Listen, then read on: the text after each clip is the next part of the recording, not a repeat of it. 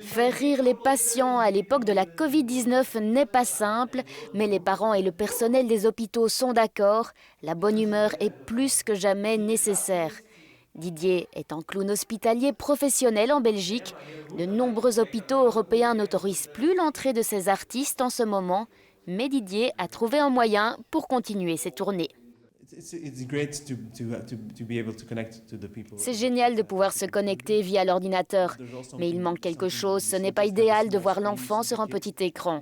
On ne voit pas son environnement, on ne voit pas ce qu'il se passe, on sent qu'on a une connexion, mais c'est tout. Donc ce serait génial de se voir à nouveau en vrai.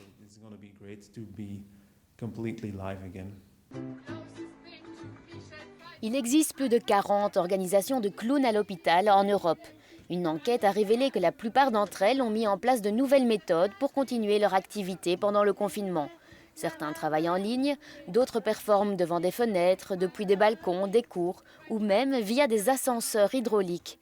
Mais les événements caritatifs pour soutenir financièrement ces organismes ont été frappés de plein fouet par la crise.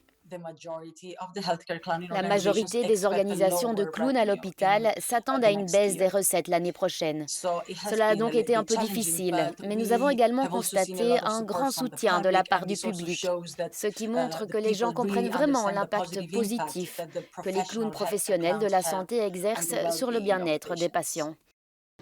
Ces clowns sont de grands improvisateurs sur scène, mais ce sont des professionnels.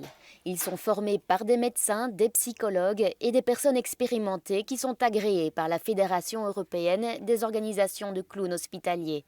Et c'est un service qui est généralement apprécié par le personnel et les patients. Dans l'attente de retourner à l'hôpital, Didier continue son spectacle avec cette mission périlleuse en temps de pandémie, faire rire.